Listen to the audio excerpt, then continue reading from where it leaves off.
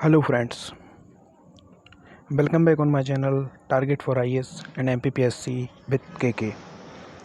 और ये है हमारा नेक्स्ट वीडियो है, हमारा ये सेकंड नंबर का वीडियो है for the discussing regarding MPPSC paper 1 2019। इस वीडियो को शुरू करने के पहले मैं बताना चाहूँगा कि किन लोगों को ये वीडियो देखना है और किन लोगों को ये वीडियो नहीं देखना है। तो देखना किसको है, सबसे पहली बात दोबारा से मैं इस चीज़ का जिक्र करूँगा। जनरल कैटेगरी में जो लोग 2019 की जो MPPSC प्री हुई थी उसमें जनरल कैटेगरी में जिन किसी के भी नंबर 67 से 69 के बीच में हैं वो लोग इस वीडियो को देख सकते हैं। OBC के जो लोग हैं जिनका 65 के समथिंग आसपास हैं वो इस वीडियो को दे सकते हैं। और SC ST के लोग जो 60 के आसपास हैं, 60 to 59 के आसपास हैं, वो लोग इस वीडियो को देख सकते हैं। और वो लोग जो आगामी परीक्षा के हिसाब से भी अपने आप को मोटिवेटेड और समझना चाहते हैं कि किस तरीके से हम इस एग्ज़ाम को क्रैक कर सकते हैं, how we crack, what we crack, when we crack. तो these all information in this video I will give you. इसके पहले मैंने एक और वीडियो बनाया था, आप चाहें तो उसे देख सकते हैं, चॉइस इज़ योर। उसमें आपका कुछ घाटा नहीं होगा, फ्री ऑफ कॉस्ट है, कभी भी देख सकते हैं आप। चलिए शुरुआत करते हैं हमारे मेन टॉपिक पर अब। रणनीति, जैसा कि मैंने पहले बताया था, रणनीति जिसे इंग्लिश में स्ट्रेटजी भी बोलते हैं, ये कोई वर्ड नहीं है। मेरे यकीन में मुझे लगता है कि रणनीति एक ऐसा वर्ड है, जब भी हमारे दिमाग में आता है तो हम लोग फोकस करते हैं कुछ बहुत ही एक्स्ट्रा मेंटली वर्क की ओर, ये हमारे दिमाग को केंद्रित करता है, जैसे कोई बहुत बड़ा काम करना हो। मगर यकीन मानिए दोस्तों, ये काफ़ी छोटी चीज़ है और बिल्कुल कॉमन सेंस की चीज़ है। आप अगर थोड़ा सा कॉमन सेंस लगाएंगे तो यकीन मानिए काफ़ी हद तक आप स्ट्रेटजी बनाने में सक्सेसफुल होंगे। चलिए मैं बताता हूँ आपको किस तरीके से हम लोग यहाँ पर डिस्कस करेंगे पेपर 1 को, क्या क्या इसके अंदर है, किस तरीके से हम लोग 2019 मुख्य परीक्षा के लिए फोकस कर सकते हैं। तो सबसे पहले बताता हूँ आपको कि है कहाँ, क्योंकि परेशानियाँ क्या हैं। सबसे पहला क्वेश्चन आता है, अब क्या हो रणनीति। सबसे पहले बताता हूँ मैं आपको समस्याएं क्या कहाँ है। सबसे बड़ी समस्या तो ये है कि रिज़ल्ट अभी तक आया नहीं। उससे भी बड़ी समस्या ये है कि आने के कोई आसार नहीं दिख रहे। और उससे भी बड़ी समस्या ये है कि लॉकडाउन बढ़ता ही जा रहा है और कोरोना वायरस के केसेस भी बढ़ते जा रहे हैं और हमारी समस्या, हमारी चिंताएं भी बढ़ती जा रही हैं। तो अब ऐसे में सबसे बड़ा क्वेश्चन हर वो स्टूडेंट जिसने एग्ज़ाम दिया है और जो मेंस लिखने की कंडीशन में है उसके दिमाग में आ रही है कि अब रणनीति क्या हो। तो यहाँ पर मैं जिक्र करना चाहूँगा दोस्तों, यहाँ पर अब केवल और केवल काम हार्ड वर्क से नहीं चलेगा, क्योंकि हर कोई बोलता है कि hard work is the key of success. मैं इससे डिनाई नहीं करता, actually this is the true, hard work is the key of success, but smart work is powerful than hard work. अब मैं आपको समझाता हूँ किस तरीके से स्मार्ट वर्क पावरफुल है हार्ड वर्क से और हमें किस कदर स्मार्ट वर्क की समय आवश्यकता है। यहाँ पर आप देखिए, आपकी स्क्रीन पर 2 चित्र नज़र आ रहे होंगे। बचपन से हम लोगों ने देखा है, एक कौवा दिखता है, उसको पानी चाहिए है, मटके में आधा पानी है, कंकड़ डालता है, धीरे धीरे करके पानी ऊपर आता है, and after he drink water and he is fly. तो इस पद्धति पे हम लोग शुरू से चल रहे हैं और यही हम लोगों को सिखाया जाता है कि my dear friend, hard work is the key of success. और इसी हार्ड वर्क ने हम सबकी ज़िंदगी को, मैं ये कहूँगा कि काफ़ी कंडीशन में सक्सेस तो कम है और हार्ड वर्क हम लोग किए जा रहे हैं। किसी को पता नहीं है कि हार्ड वर्क का अर्थ क्या है। मैं यहाँ पर हार्ड वर्क को डिनाई नहीं कर रहा हूँ, to be clear, I never ever deny for hard work, but मैं यहाँ पर स्मार्ट वर्क की वकालत ज़रूर कर रहा हूँ। ये देखिए, ये है आधुनिक कौवा, ये इस तरीके से पानी पी रहा है, देखिए ये है स्मार्ट वर्क। इस तरीके का स्मार्ट वर्क तो हम लोग नहीं कर सकते, हमें इन दोनों के बीच का रास्ता निकालना है। क्योंकि आप लोग पेपर 4 में पढ़ेंगे, महात्मा बुद्ध उन्होंने दिया था, middle path is the best path for living your life. ना ही हम ज़्यादा अतिवादी होंगे और ना ही हम ज़्यादा लो लेवल पर जाएंगे, क्योंकि ये चीज़ आपको इतना ज़्यादा ध्यान रखना है। ये बीच का रास्ता, जब आप मेंस राइटिंग करेंगे तो ये बीच का रास्ता ही है जो आपको सक्सेस दिलाएगा। तो हमेशा याद रखिए, एक to we as a civil service aspirants, this is our responsibility, we should take a middle path. हमारी ये रिस्पॉन्सिबिलिटी बनती है सिविल सर्वेंट एस्पिरेंट के नाते कि हम लोग हमेशा बीच का मार्ग निकालें, क्योंकि इस समय ना ही अगर आप एज ए सिविल सर्वेंट कहीं पर भी पोस्टेड होते हैं, पोस्टेड होने के पहले आपको एग्ज़ाम क्रैक करना होगा, और एग्ज़ाम क्रैक करने के लिए सबसे पहले आपको अपनी मेंटालिटी एग्ज़ाम के हिसाब से बनानी होगी। तो अब देखिए एग्ज़ाम को क्रैक कैसे करेंगे। चलिए आते हैं सबसे पहले कि क्या किया जाए। एग्ज़ाम को क्रैक करने के कुछ होते हैं। दोबारा से फिर वही क्वेश्चन आ जाता है, रणनीति क्या हो। परेशानियां बहुत हैं, जैसे कि मैंने पहले बता ही दिया है, रणनीति क्या हो। तो सबसे पहला क्वेश्चन ये है कि परेशानियां किसकी हैं। आपका पेपर हो गया है, ये परेशानी किसकी हुई? आपकी हुई। आपका रिज़ल्ट नहीं आ रहा है, ये परेशानी किसकी हुई? आपकी हुई। लॉकडाउन बढ़ गया या ख़त्म भी हो गया, दोबारा भी लगा जा सकता है। इसके अलावा देखा जाए तो डे बाई डे केसेस भी बढ़ रहे हैं, और एग्ज़ाम के डेट का कुछ पता नहीं चल रहा है। मुद्दा फंसा हुआ है कि 27% हो या फिर 14% हो, कुछ भी हो भैया, पेपर तो हो जाए। यही सबसे बड़ी समस्या है। चलिए तो हम लोग आते हैं मेन मुद्दे पर, रणनीति क्या हो। तो to be honest, first of all I would like to tell you, समस्या आपकी है, समाधान आप ही को खोजना होगा। समस्या आपकी है, समाधान आपको ही खोजना होगा। तो किस तरीके से हम लोग समाधान निकाल सकते हैं, क्या वो रणनीति हो? सबसे बड़ा समाधान ये है कि इस समय हमें केवल और केवल एक चीज़ की ज़रूरत है, वो है धैर्य, patience. Because of patience is the only way that can providing success. इस समय अगर हम धैर्य नहीं रखेंगे तो हम लोग डाइवर्ट हो जाएंगे। हम डिफरेंट टाइप की न्यूज़ सर्कुलेट करने लगेंगे कि दोबारा से आंसर की आ जाएगी, कहीं ये हो जाएगा, कहीं वो हो जाएगा, मेरे नंबर 68 हैं, 67 हैं, इतने में थोड़ी ना होता है। इस तरीके की डिफरेंट टाइप्स ऑफ दिमाग में बातें आने लगती हैं, और इनसे क्या होगा? इनसे फ़ायदा तो कभी ज़िंदगी में किसी को हुआ नहीं है, होगा तो केवल और केवल नुकसान, और वो नुकसान आपको इस एग्ज़ाम से दूर दूर, बहुत दूर, कोसों दूर ले जा सकता है। जैसा कि मैंने अपने लास्ट लेक्चर में डिक्लेयर किया था कि 2019 का पेपर तो 100% होगा मेंस का, और जब ये पेपर होगा तो इसका टॉपर भी कोई बनेगा। तो उस टॉपर में और फेलियर में क्या अंतर होगा? उस टॉपर और फेलियर में यही अंतर होगा कि टॉपर इस समय अपना पेशेंस बनाकर तैयारी कंटिन्यू कर रहा होगा, क्योंकि आपको पता है अगर आपको टेस्ट सीरीज़ नहीं मिली तो टॉपर को भी टेस्ट सीरीज़ नहीं मिलेगी। आपकी कोचिंग बंद है तो टॉपर की भी कोचिंग बंद है। जो समस्याएं आप फेस कर रहे हैं वो समस्याएं आज 2019 का होने वाला टॉपर भी कर रहा होगा। मगर टॉपर में और आप में क्या अंतर होगा? टॉपर अपना पेशेंस नहीं खो रहा होगा और अपनी तैयारी कंटिन्यू कर रहा होगा, और पर डे वो आप और हमसे कहीं ज़्यादा आगे निकल जाएगा। और to be honest, one day ही become a topper. My dear friends, topper एक दिन में नहीं बनते, टॉपर बनने में सालों साल लग जाते हैं। चलिए ज़्यादा समय गवाए भी बगैर हम लोग आते हैं मेन टॉपिक पर।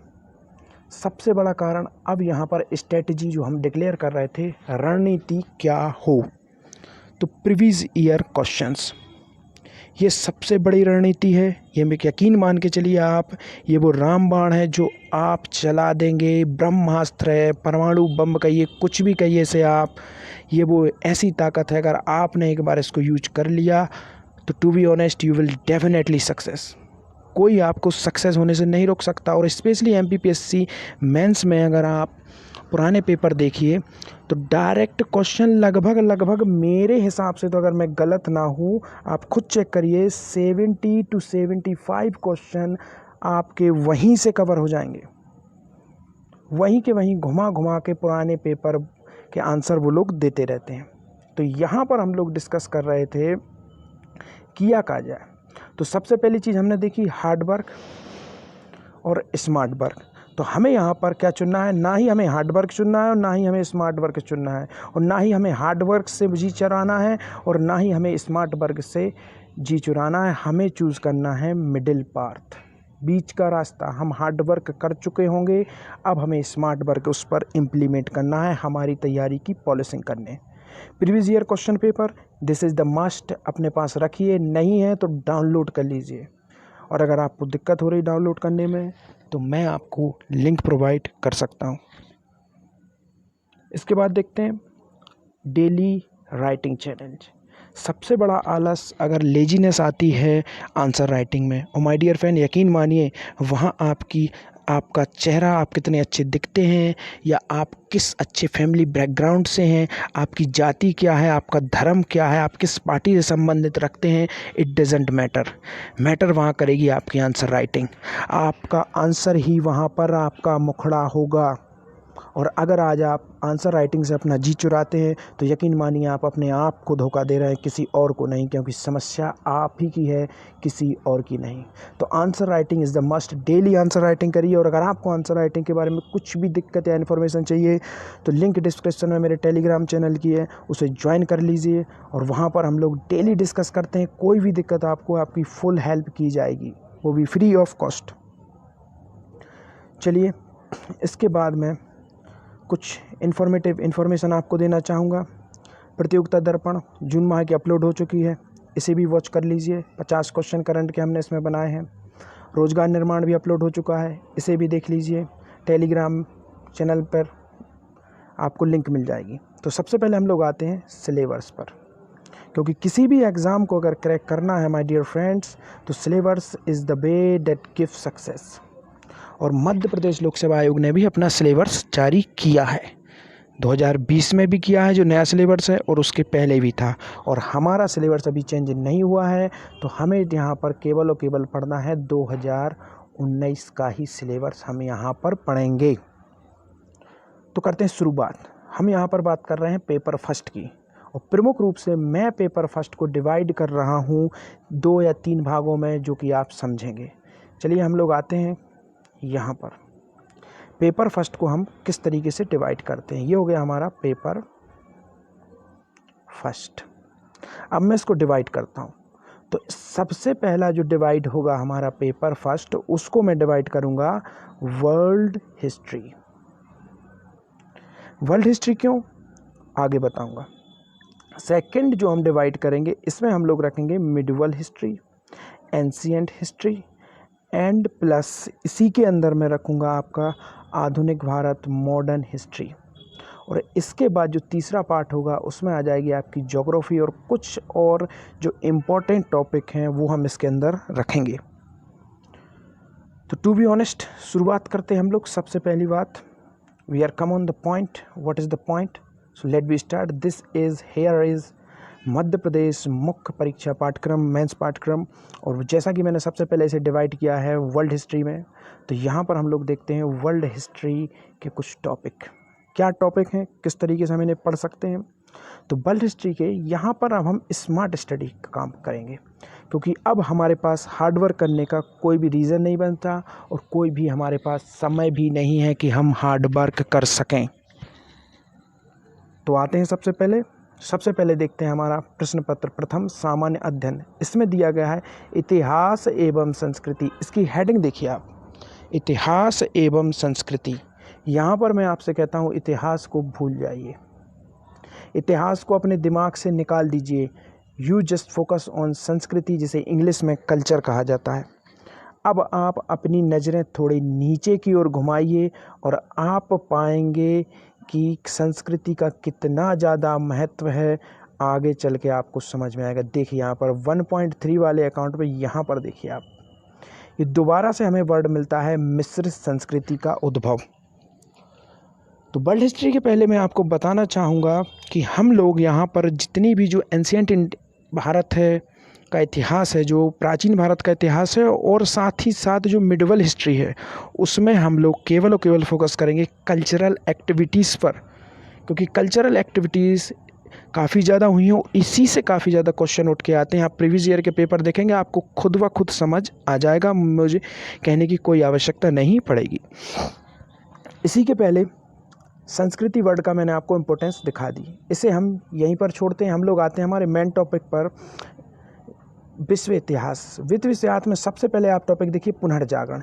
ये 3 से 4 टॉपिक में आप इसे कवर कर देंगे। कैसे, पुनर्जागरण है क्या, सबसे पहली चीज़ क्वेश्चन इसी से उठता है, पुनर्जागरण का मतलब क्या है। तो सीधा सीधा आप लिख सकते हैं, पुनर्जागरण एक बौद्धिक आंदोलन था जिसके माध्यम से तर्कवाद को बढ़ावा दिया गया। आप इसको 3 वर्ड में भी लिख सकते हैं, आप इसको थोड़ा एलेबरेट भी कर सकते हैं, ये आपके ऊपर डिपेंड करता है। सेकंड पार्ट आता है इंग्लैंड की क्रांति। ये हुई थी 1688 में। इसको भी 3 से 4 पॉइंट में आप ले सकते हैं। सबसे बड़ा पॉइंट इसका ये है कि ये रक्तहीन क्रांति थी। इसमें किसी भी प्रकार का ब्लड नहीं बहाया गया था और ये सीधा सीधा उन्होंने उसका तख्ता पलट कर दिया था इंग्लैंड में। तो ये उससे रिलेटिव है। कुछ पॉइंट हैं, क्या है, क्यों हुआ, इसको आप देख सकते हैं। कुछ बेसिक्स पॉइंट है, अगर आपको समझ नहीं आए तो कमेंट बॉक्स में जाइए, हम इसके ऊपर वीडियो भी बना देंगे आपको। इसके बाद आती है हमारी फ्रांस की क्रांति। ये भी बहुत से बहुत, अगर आप फोकस करेंगे तो 2 से 3 पेज भी नहीं होंगे इसके लिए और आपका ये पूरा का पूरा कवर हो जाएगा। अब ये आपके दिमाग पर डिपेंड करता है कि आप स्मार्ट स्टडी से काम लेते हैं यहाँ पर या फिर आप दोबारा से हार्डवर्क की ओर भागते हैं। यहाँ पर एक और पॉइंट आता है हमारा औद्योगिक क्रांति। औद्योगिक क्रांति कुछ भी नहीं, इसमें सीधा सीधा आप इसकी डेफिनेशन लिखिए, उसके बाद इसका विवरण दे दीजिए कि जो हमारा इंग्लैंड में, ब्रिटेन में जो 14वीं से लेकर 16वीं शताब्दी के मध्य में जो एक तरीके के जो औद्योगिक क्रांति हुई और मशीनीकरण का व्याप बढ़ा, उसे हम औद्योगिक क्रांति कहते हैं और इस तरीके से आप इसे ख़त्म कर सकते हैं। इसके बाद आइए आप रूस की क्रांति। ये तीनों 4 घटनाएं इतनी छोटी हैं, अगर आप यकीन मानिए 50 से 60 पेज में ये सब चीज़ें कवर हो जाएंगी। आपको कोशिश करना है कि स्मार्ट नोट्स बनाएं। स्मार्ट नोट्स अगर आपको जानकारी चाहिए है तो आप कमेंट बॉक्स में कहिए, मैं आपको बता दूंगा किस तरीके से आप स्मार्ट नोट्स बना सकते हैं कम से कम पेजेस में। ये मत करिए कि एक किताब से दूसरी किताब छाप ली। और एक और इन्फॉर्मेशन आपको दूंगा कि नोट्स इज़ द मस्ट, क्योंकि वो नोट्स ही होगा जो आपको मुसीबत में साथ देगा दोस्तों। कोई और आपकी मदद नहीं करेगा, ना कोई भी पुस्तक, ना कुछ। द्वितीय विश्व युद्ध, इसको आप इसमें कवर कर लीजिए। तो ये हो गया हमारा वर्ल्ड हिस्ट्री। यहाँ पर हमने वर्ल्ड हिस्ट्री लगभग काफ़ी कवर कर लिया। तो जैसा कि मैंने आपको पीछे बताया था, यहाँ पर आप लोग देखिए, हमने ये चार्ट बनाया था और ये यहाँ पर हमने वर्ल्ड हिस्ट्री रखी थी, ये वाला पोर्शन वर्ल्ड हिस्ट्री का। तो यहाँ पर ये वर्ल्ड हिस्ट्री कवर हो गई। अब हम आते हैं हमारी medieval history, ancient plus modern history. चलिए दोबारा से चलते हैं हम लोग हमारे सिलेबस की ओर, क्योंकि सिलेबस ही है जो हमें भवसागर से पार लगाएगा। आते हैं यहाँ पर, देखिए यहाँ पर सिलेबस में हमें क्या मिलता है। 1.2 पे आइए, भारतीय इतिहास, भारत का राजनीतिक, आर्थिक, सामाजिक इतिहास हड़प्पा सभ्यता से 10वीं सदी तक।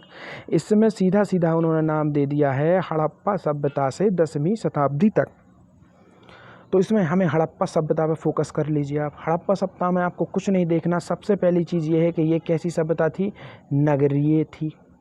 सबसे प्रमुख पॉइंट इसका है नगरीय। इसका नगर नियोजन देखिए आप, किस तरीके का इसका नगर नियोजन था, क्या दुर्ग थे, क्या यहाँ पर फैसिलिटीज़ थी, नालियाँ ढकी हुई थी, सड़कों के किस तरीके से बनी हुई थी, पक्की ईंट की थी या कच्ची ईंट की थी, क्या व्यापार व्यवस्था थी, यहाँ पर कितने भागों में से बांटा गया था, इसका नगर नियोजन। और इसके समकालीन कुछ सभ्यताएँ थीं, जैसे चीन की सभ्यता, मेसोपोटामिया की सभ्यता और मिस्र की सभ्यता इसके समकालीन सभ्यता। ये प्रमुख सभ्यताएँ इसके समकालीन सभ्यता थीं।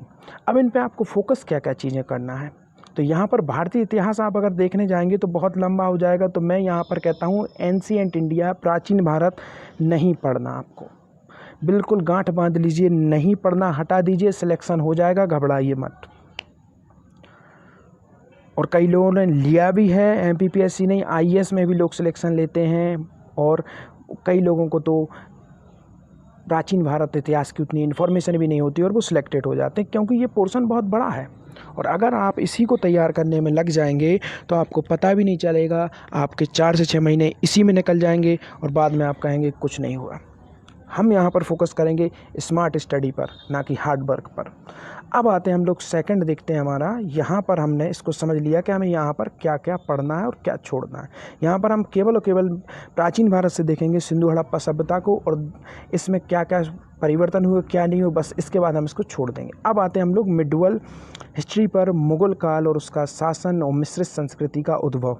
यहाँ पर जैसे कि इस लेक्चर को शुरू करने के पहले मैंने आपको बताया था, ये वर्ड मैंने आपको लिया था जो हेडिंग है इतिहास एवं संस्कृति। तो मैंने आपसे कहा था इतिहास आप भूल जाइए और संस्कृति पे फोकस रखिए।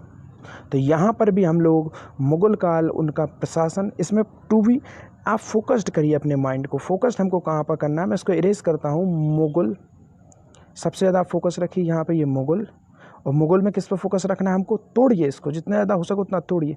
प्रशासन पर फोकस रखिए, मिश्रित संस्कृति पर फोकस रखिए, बस इसके आगे आपको कुछ भी नहीं देखना। अब आपको यहाँ पर क्या देखना मिडल हिस्ट्री में, मुग़ल आए, किस तरीके की उनकी योजनाएं थी, क्या उनका राजस्व संग्रह करने का सिस्टम था, ये सब चीज़ें आपको देखनी। इससे अधिक आपको कुछ भी इसमें नहीं देखना और ना ही इसके ज़्यादा चक्कर में आपको पढ़ना है। अब आते हैं हम लोग, यहाँ पर हम लोग आते हैं हमारे नेक्स्ट पॉइंट जो हमने यहाँ पर डिस्कस किया था। हमने लगभग अभी हमने समझ लिया, वर्ल्ड हिस्ट्री हम लोग लगभग समझ चुके हैं कि हमें क्या इसमें से पढ़ना है और क्या छोड़ना है, और हमने प्राचीन भारत भी देख लिया और मिडिल भी देख लिया। अब हम आते हैं मॉडर्न हिस्ट्री पर। ये मैं कहूँगा this is the important fact, modern history सबसे ज़्यादा इम्पोर्टेंट है। पूरी हिस्ट्री में अगर मैं किसी को सबसे ज़्यादा इम्पोर्टेंट मानता हूँ तो मॉडर्न हिस्ट्री को, चाहे वो प्री हो या फिर मेंस हो। चलिए आते हैं इसमें हमको क्या क्या पढ़ना है। तो ये देखिए आप, ब्रिटिश शासन का भारतीय अर्थव्यवस्था एवं समाज पर प्रभाव। शुरू से आप देखिए ये कोशिश कर रहे हैं कि समाज पर प्रभाव, आप कोई भी टॉपिक पढ़िए, चाहे मुग़ल पढ़िए या कुछ भी पढ़िए, संस्कृति, समाज पर प्रभाव, ये वर्ड आपको बार बार मिलेंगे। और ये वर्ड ऐसे ही नहीं डाले गए हैं सिलेबस में, इनका काफ़ी ज़्यादा महत्व है और ये सिलेक्शन में बहुत बड़ी भूमिका निभाते हैं। तो क्यों समाज पर प्रभाव इतना ज़्यादा दिखाया गया है, क्योंकि आप जब सिविल सर्वेंट बनेंगे तो आपको समाज के लिए ही काम करना है। तो चलिए हम लोग आते हैं, यहाँ पर देखते हैं हम लोग ब्रिटिश शासन और भारतीय अर्थव्यवस्था समाज पर प्रभाव। तो यहाँ पर आपको कुछ नहीं देखना है कि जब ब्रिटिश का आगमन हुआ तो अर्थव्यवस्था, इकोनॉमी पर क्या प्रभाव पड़ा। जैसे कि आपको पता हो, दादा भाई नौरोजी ने सर्वप्रथम बार इकोनॉमिक गणना की थी सांख्यिकी आधार पर, और उन्होंने बताया था कि 20 रुपये पर व्यक्ति आय है इंडिया की, पहली बार उन्होंने ही किया था, और उन्होंने ही धन के निगमन का सिद्धांत दिया था। तो ये सब चीज़ें आप यहाँ से तैयार कर सकते हैं। यही वो मेन टॉपिक हैं जिनको आपको तैयार करना है। अर्थव्यवस्था पर प्रभाव और साथ ही साथ समाज पर प्रभाव। समाज पर प्रभाव क्या पड़ा, अर्थव्यवस्था और समाज ये काफ़ी पतली महीन रेखा से जुड़े होते हैं। जैसे कि आप देखिए, आप करंट समय से रिलेटिव करिए, देखिए किस तरीके से आज लॉकडाउन के समय में इकोनॉमी गिरी, समाज पर इसका प्रभाव क्या पड़ा, इस पर समाज का सबसे बड़ा प्रभाव पड़ा। देखिए किस तरीके से इकोनॉमी और समाज शास्त्र रिलेटिव होते हैं। आप किसी सब्जेक्ट को अलग मत रखिए कि आप हिस्ट्री अलग रखिए, इकोनॉमी, कुछ सब एक दूसरे से कोरिलेटेड हैं। यहाँ पर देखिए आप कि जिस तरीके से आप देखेंगे कि जब मैं आपको करंट सिनारियो से कनेक्ट करके दिखाता हूँ कि लॉकडाउन बढ़ा, प्रवासी मजदूरों का रोजगार छिना, इकोनॉमी पे जैसे ही असर आया तो समाज का जो सबसे निचला दर्जा है उस पर सबसे पहले असर आता है। तो जो प्रवासी मजदूर हैं उनका पलायन हुआ। तो एक समाज शास्त्र का क्वेश्चन बन गया कि आप किस तरीके से, जो प्रवासी मजदूरों का पलायन बढ़ा तो उससे आप देखेंगे नगरीय क्षेत्रों में मजदूरों की कमी हुई। दूसरा, ग्रामीण क्षेत्र में बेरोजगारों की वृद्धि हो गई, क्योंकि जो ग्रामीण क्षेत्र से नगरों की ओर पलायन हुआ था रोजगार के लिए, रोजगार अब छिन चुका है तो वो वापस आ गए हैं। तो यहाँ पर आप देखिए कि किस तरीके से इंक्रीज हो गया है आपका और रोजगार डाउन हो गया है। और इससे आप कनेक्ट करिए। अब तीसरा क्वेश्चन आपका बन जाएगा, पॉलिटी देख लीजिए, आईपीसी का देख लीजिए, किस तरीके से गांव में बेरोजगारी बढ़ेगी तो क्राइम भी बढ़ेगा। तो ये सब चीज़ें एक दूसरे से कोरिलेटेड हैं और इसी तरीके का आपको व्यापक दृष्टिकोण लेके चलना होगा। एक vision, you should make a vision that can cover every and each point. तो यही वो तरीका है जिससे आप इसमें सिलेक्शन ले सकते हैं। तो हमको यहाँ पर क्या देखना है, सीधा ब्रिटिश एवं समाज पर प्रभाव। सेकंड हमारा है इसमें ब्रिटिश शासन के प्रति भारतीयों की प्रतिक्रिया, कृषक आदिवासी विद्रोह एवं प्रथम स्वतंत्रता संग्राम। इसमें स्पेशली उन्होंने डाल दिया है कि भारतीयों की प्रतिक्रिया। तो प्रतिक्रिया में हमें सबसे ज़्यादा फोकस किस पर रखना है, कृषक आंदोलन। तो अब जितने भी कृषक आंदोलन हुए हैं, चाहे वो मुंडा विद्रोह हो, चाहे कोल विद्रोह हो, चाहे छोटा नागपुर का विद्रोह हो, चाहे केरल का मालाबार क्षेत्र में हुआ विद्रोह हो, ये सब आपको कवर करना है। बहुत से बहुत 8 से 10 विद्रोह हैं जिनको आप कवर कर लीजिए। उसमें भी एमपी के कुछ स्पेशल लिस्ट हैं, उनको कवर कर लीजिए। लीजिए, आपका काम हो जाएगा। इसके बाद हमें आना है प्रथम स्वतंत्रता संग्राम। इसमें आ गया 1857 का संग्राम। ये हम बचपन से पढ़ते आ रहे हैं, चर्बी लगे कारतूस। अब इसको लिखने का तरीका क्या होना चाहिए, कुछ हटके होना चाहिए। इस पर आपको एमपी पर ज़्यादा फोकस रखना है, क्योंकि एमपी में कहाँ कहाँ इसका क्या क्या उद्भव रहा और कौन कौन प्रमुख इसमें शामिल रहे जिन्होंने इसमें महत्वपूर्ण भागीदारी निभाई। आगे हम आते हैं भारतीय पुनर्जागरण और राष्ट्रीय आंदोलन, इसके नेतृत्वकर्ता और मध्य प्रदेश के विशेष संदर्भ में। जैसा कि मैंने आपको पहले बताया, मध्य प्रदेश के विशेष संदर्भ में हमें पढ़ना है। अब भारतीय पुनर्जागरण से क्या तात्पर्य है, जो पुनर्जागरण आपने यहाँ पर देखा उस पुनर्जागरण को हम यहाँ से कोरिलेट कर सकते हैं। क्या है, सबसे पहली चीज़ पुनर्जागरण की परिभाषा तो आपने समझ ली, क्या है पुनर्जागरण। इसके बाद उसको आप यहाँ से कनेक्ट कर सकते हैं और अपनी समझ को विकसित कर सकते हैं। और इसके बाद आइए गणतंत्र के रूप में भारत का उदय, राज्यों का पुनर्गठन में वो भी मध्य प्रदेश का गठन काफ़ी ज़्यादा इम्पोर्टेंट है, इसको कवर कर लीजिए, इससे आपके ये क्वेश्चन कवर हो जाएंगे। इसके बाद आते हैं मध्य प्रदेश के विशेष संदर्भ में भारतीय, फिर दोबारा से ये संस्कृति वर्ड आया, ऊपर भी संस्कृति वर्ड आया और बीच में भी संस्कृति वर्ड आया। तो ये मान लीजिए दिस इज़ द की पॉइंट, हमें हमेशा फोकस रखना है संस्कृति पर, क्योंकि यही वो संस्कृति है जो हमें हमारा एग्ज़ाम क्लियर करने में मदद करेगी और हमें एक विज़न देगी, एक सोचने का मकसद देगी कि हमें किस दिशा में सोचना है।